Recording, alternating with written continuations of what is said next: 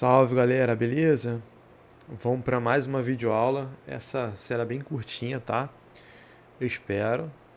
É o seguinte, a gente iniciou nosso estudo sobre o movimento retilíneo uniformemente variado, ou famigerado MRUV, na aula passada, e a gente vai tentar generalizar para qualquer situação que você esteja estudando, né? A gente falou um pouquinho sobre queda livre, né? E na queda livre a gente teve essas equações aqui, onde o, a posição, né, do objeto vai ser dada por essa equação aqui, né, na queda livre, onde o zero marca exatamente aonde o objeto caiu. A velocidade vai ser dada por essa equação. E a aceleração na queda livre, a aceleração gravitacional. E para efeitos de aproximação, a gente considera sendo 10 metros por segundo ao quadrado, né? Foi esse o review da aula passada. Só que uma coisa importante é o seguinte: no movimento retilíneo uniforme, a gente estava sempre pensando no movimento onde a velocidade era constante, né? Só que agora, no movimento retilíneo uniformemente variado, quem vai ser constante agora vai ser a aceleração. E a mesma argumento que eu dei anteriormente para dizer que se a aceleração média é justamente esse ΔV sobre ΔT, num caso onde ela é constante, né, tem o mesmo valor sempre, ou seja, não tem uma variação, não tem um valor diferente, né, o valor da aceleração média no MRUV vai ser justamente o valor da aceleração instantânea em qualquer momento, né? Porque é um valor que é constante, não muda sempre, não muda nunca, né? Então o valor médio vai ser justamente o valor da aceleração instantânea. Então eu consigo utilizar a equação da aceleração média para achar a aceleração instantânea quando o movimento é MRUV, tá? Essa equação aqui ela só vai valer, né, da aceleração, cálculo da aceleração, apenas no MRUV, tá? Então daqui que a gente parte, né? A gente pode chegar até na equação da velocidade, só para a gente não ficar decorando muita coisa, né? Lembrando que ΔV, né, é velocidade final menos velocidade inicial, e ΔT é o tempo final menos o tempo inicial. Lembrando que sempre, ou quase sempre, né, é bem conveniente você atribuir esse tempo T0, né, sendo igual a zero, né? Então, só reescrevendo essa equação, a gente vai ter V menos V0 dividido T, né? E aí, repara que eu consigo melhorar essa equação aqui, né? Eu posso pegar esse T que está dividindo aqui e passar para lá multiplicando. Então, eu vou ter AT é igual a V menos V0. Só vou trocar aqui os lados agora. Então, eu tenho que V menos V0 é igual a T. E como esse V0 está aqui subtraindo V, eu passo para o outro lado somando, né? Então eu vou ter que a velocidade final vai ser a velocidade inicial mais AT. E essa aqui é a expressãozinha da velocidade, ou seja, a função horária, né? Toda vez que eu falar de função horária de alguma coisa, significa a função de alguma grandeza que depende do tempo. Função horária da posição é uma função, é uma equação que vai relacionar posição com tempo. Função horária da velocidade é uma equação que vai relacionar a velocidade com instante, tá? Instante de tempo. Tá, beleza? Então lembre-se disso.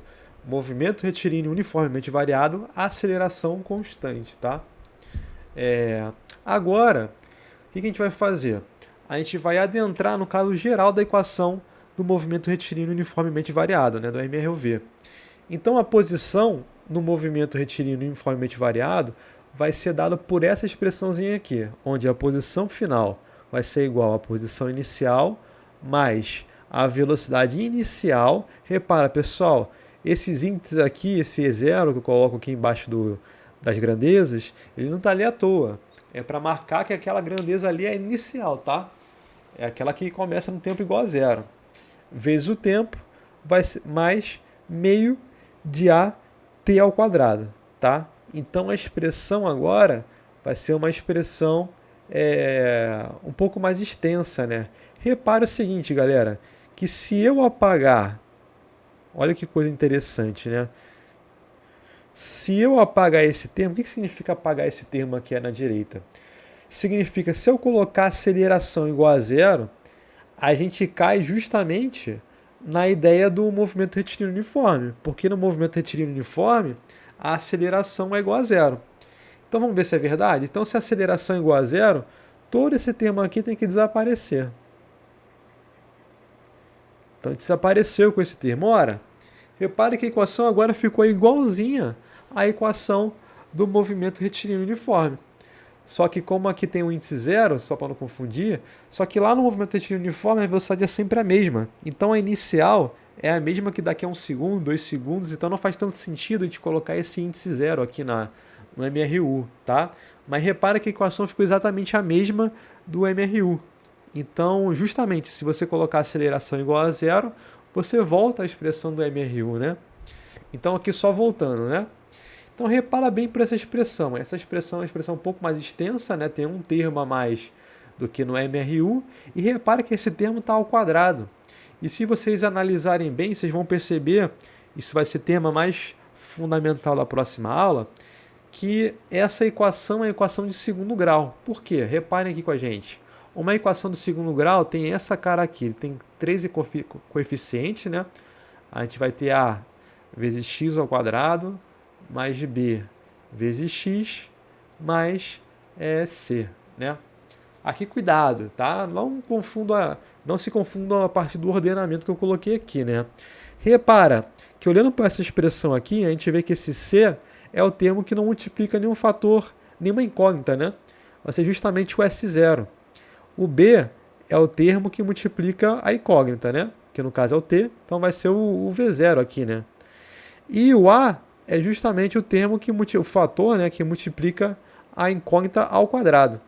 Nesse caso, é justamente meio de A, certo? Então, repara que essa equação da função horária da posição do MRUV é uma função de segundo grau. Então, a gente vai entrar em termos como parábolas, Bhaskara para resolver a equação. Essas coisas vão começar a aparecer, tá? Então, fiquem ligados. Então, isso aqui é uma equação de segundo grau. E, por outro lado, se você olhar aqui a função horária da velocidade, você vai ter uma função que é justamente de primeiro grau. Por quê? Porque a função é essa daqui, ó. Vou colocar a linha, só para não te confundir com o de cima. É uma equação de primeiro grau. Botei a linha em B' só para não confundir com a expressão de cima. Mas repara, nesse caso, meu B', meu coeficiente linear é justamente o V0, né? E o nosso A' é justamente o próprio A, né? Nessa equação aqui de primeiro grau, polinomial de primeiro grau. Então aqui a gente repara que a gente vai entrar em certos aspectos da matemática para a gente solucionar problemas de exercício, né? A gente vai ter que estar bem aprimorado. A gente vai ver na próxima aula também, a gente vai dar mais ênfase nisso, nas funções de primeiro e segundo grau para resolver as questões de física, tá bom? Então já se preparem, tá? Que a gente vai entrar nesse assunto. Então, a gente vai ter essas equações aqui tanto para a posição quanto para a velocidade. Essa aqui vai ser a expressão para a posição e essa aqui vai ser a expressão para a velocidade. Aqui eu acabei dando um spoiler, na verdade era para ter feito isso aqui no outro quadro, mas não tem problema, tá? Vamos seguindo aqui, ó. Aqui a gente tem a imagem da Torre de Pisa, né?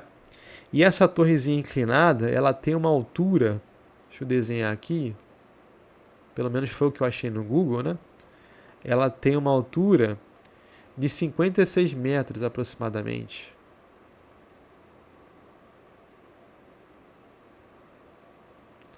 Tem uma altura de 56 metros.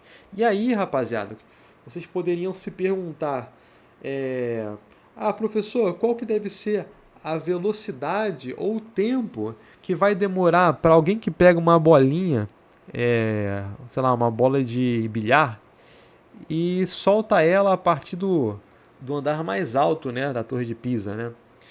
E aí a gente pode fazer esse cálculo utilizando as expressões que estão aqui, né? Então aqui eu vou só repetir as expressões, mas lembre-se, é muito importante, antes da gente utilizar as equações, a gente montar um sistema de eixos. E aqui de maneira conveniente, vamos dizer assim, e diferente do que a gente já fez nas aulas passadas, só para a gente se acostumar, eu vou colocar um eixo onde o zero agora não é mais aonde eu estou soltando a bolinha, mas no chão, tá? E eu vou colocar um eixo aqui marcando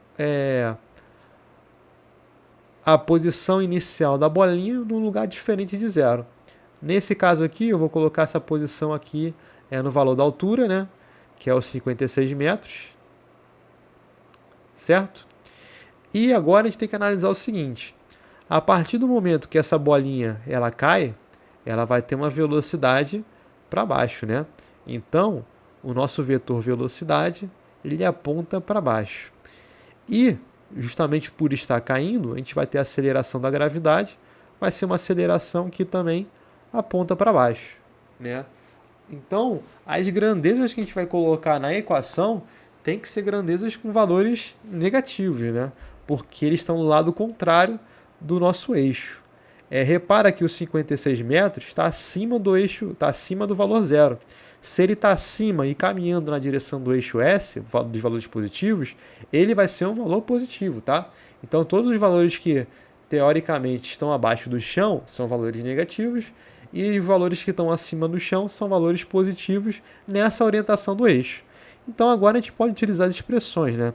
As expressões são para calcular o tempo e a velocidade, né? Vai ser S é igual a S0 mais V0 vezes T mais meio da aceleração vezes o T ao quadrado. Agora basta a gente substituir. S0 é a posição inicial, é 56 metros. A velocidade inicial. Pessoal, se eu estou soltando um objeto, nem estou impulsionando nem para baixo nem para cima, a velocidade inicial tem que ser zero, né? Lembra que na queda livre, o objeto ele parte do repouso. Então a velocidade inicial dele é zero. Não quer dizer que depois ele não vai ter uma velocidade diferente de zero. A gente até analisou aqui e ela aponta para baixo, tá? Mas inicialmente esse termo aqui é zero. Então aqui, ó, eu posso descartar esse termo porque é zero, tá? Vou colocar aqui e vamos seguindo.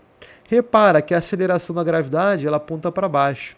Então ela vai ser um valor negativo e a gente pode atribuir aqui para um valor aproximado e para facilitar também nas nossas contas, uma aceleração de 10 metros por segundo ao quadrado. Então na hora de colocar aqui na expressão, você coloca um sinal negativo, tá, galera?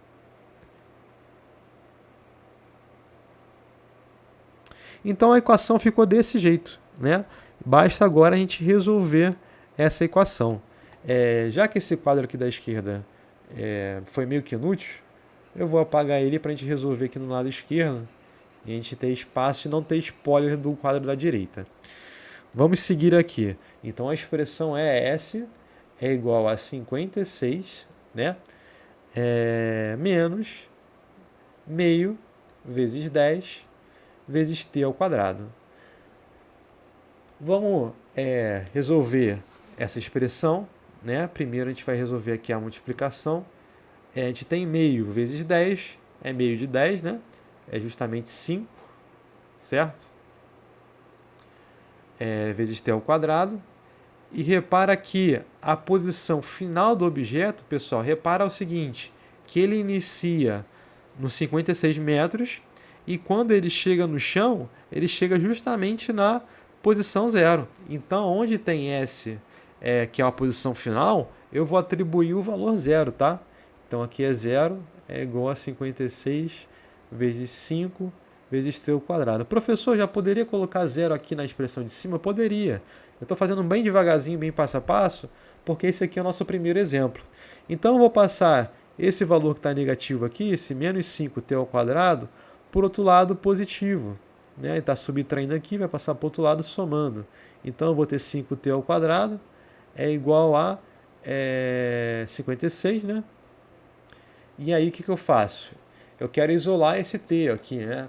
Então, a primeira coisa que eu estou me atrapalhando aqui é esse 5 que está multiplicando. Então, eu vou passar esse 5 lá para o outro lado, certo? se ele está multiplicando aqui, eu vou passar para o outro lado dividindo. Eu vou ter essa expressão aqui. E agora, para eu saber o tempo, basta eu fazer o seguinte. Se eu tenho uma potência aqui, ao quadrado, né, um valor quadrado, para eu tirar esse valor quadrado e conseguir isolar a minha incógnita, né, eu preciso necessariamente passar uma raiz quadrada dos dois lados, certo?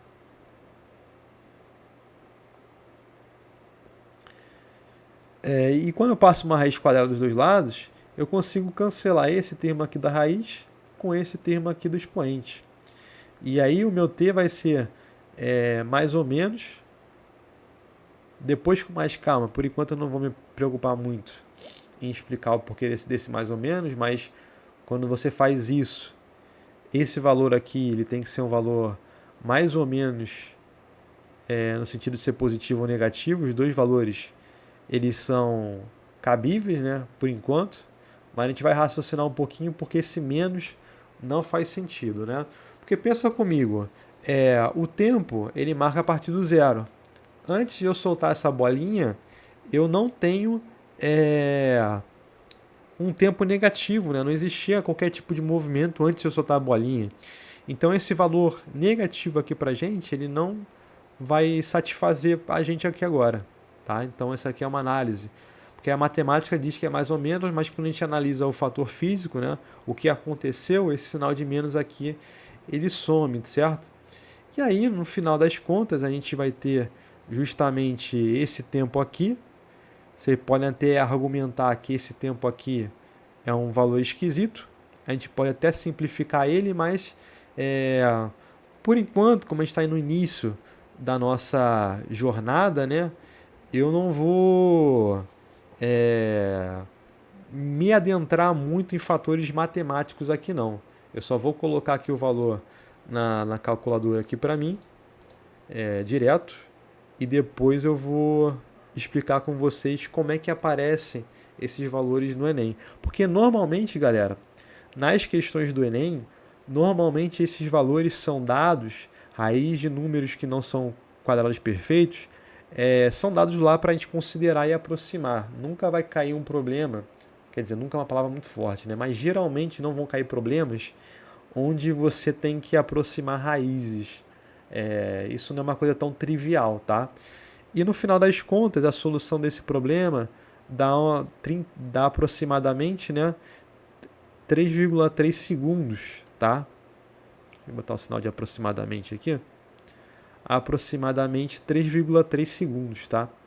Esse é o tempo que demora.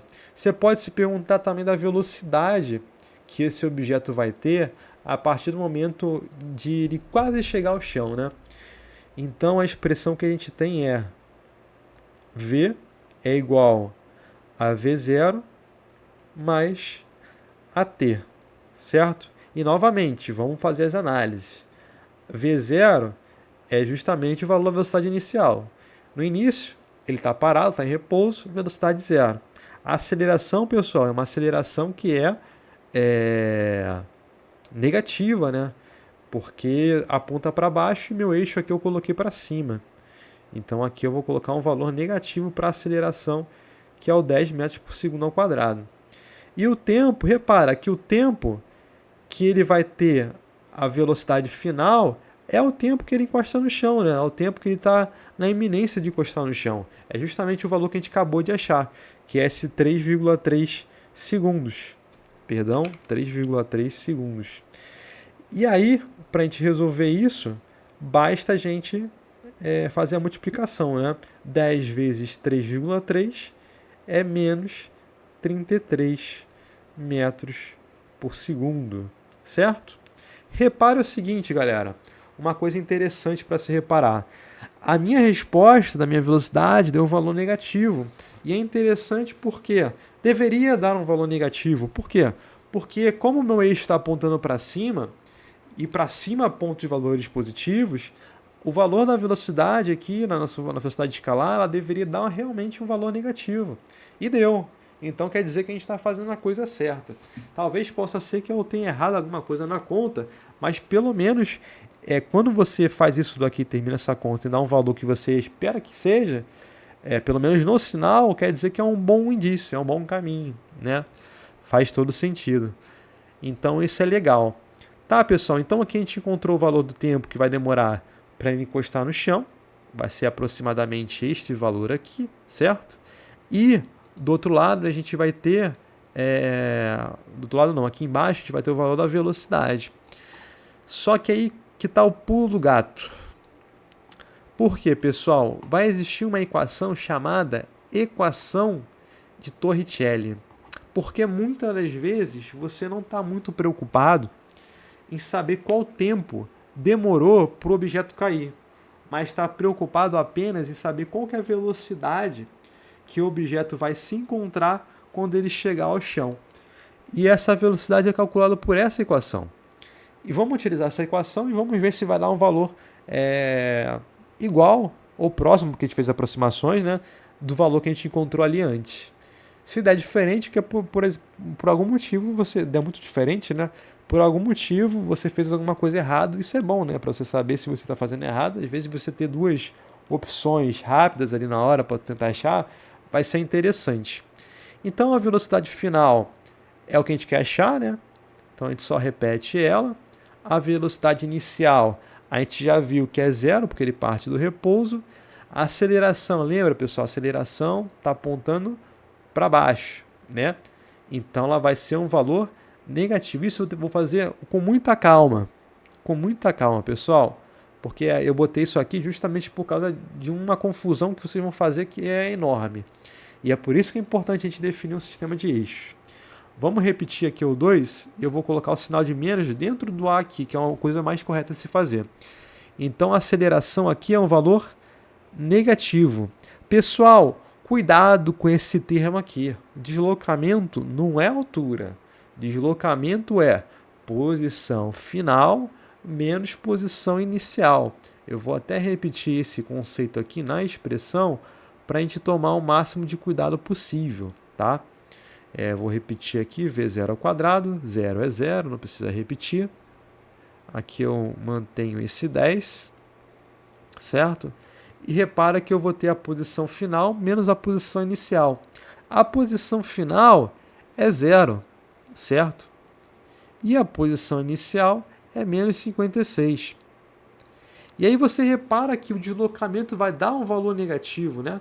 E é justamente isso. Por quê, pessoal? O deslocamento é um vetor que inicia da onde o cara partiu e vai até... Ih, caramba, que zero é esse? Ele inicia onde o cara partiu e vai até aonde ele foi. É um vetor que, nesse caso aqui, aponta para baixo. Então, se ele aponta para baixo, contrário ao eixo, ele tem que ser um valor negativo, tá? Então, vamos seguir. Então, a gente vai ter V2 ao quadrado, né? A gente tem aqui 2 vezes menos 10 é menos 20, né?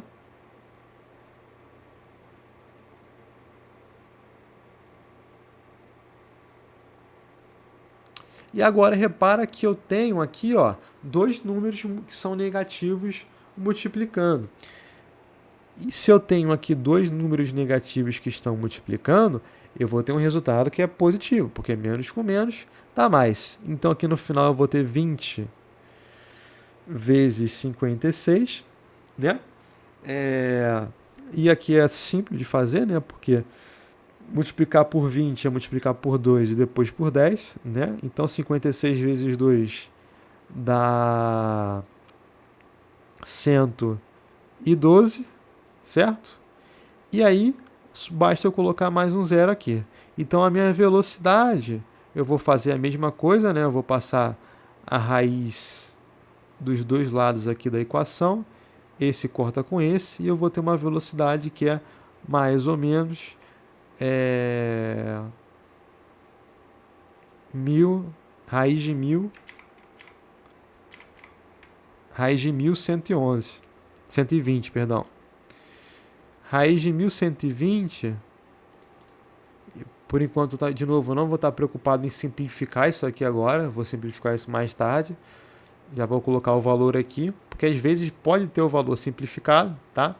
E isso aqui dá justamente, aproximadamente, eu botei igual aqui, Coloquei aqui na calculadora para fazer rapidinho. Isso dá aqui aproximadamente os 33 metros por segundo, tá? Você colocar na calculadora, você vai ver que esse valor dá aproximadamente 33 metros por segundo e bateu com o resultado que a gente achou antes. Então, se bateu, quer dizer que a gente está no caminho certo, né? Está justamente no caminho certo. Coisa importante a se falar, de novo cai esse sinal de mais ou menos. Repara, aqui na velocidade final é um vetor que aponta para baixo, né? Então, nesse caso aqui, o valor positivo, a gente exclui também, né? A gente faz essa exclusão do valor positivo. Então, pessoal, para não prolongar mais esse vídeo, por hoje aqui é só. A aula que vem eu vou tentar fazer... eu vou fazer exemplos com vocês de outras situações, né? Além de algo que cai na Torre de Pisa, né? Para vocês ficarem craque. Um grande abraço e até mais.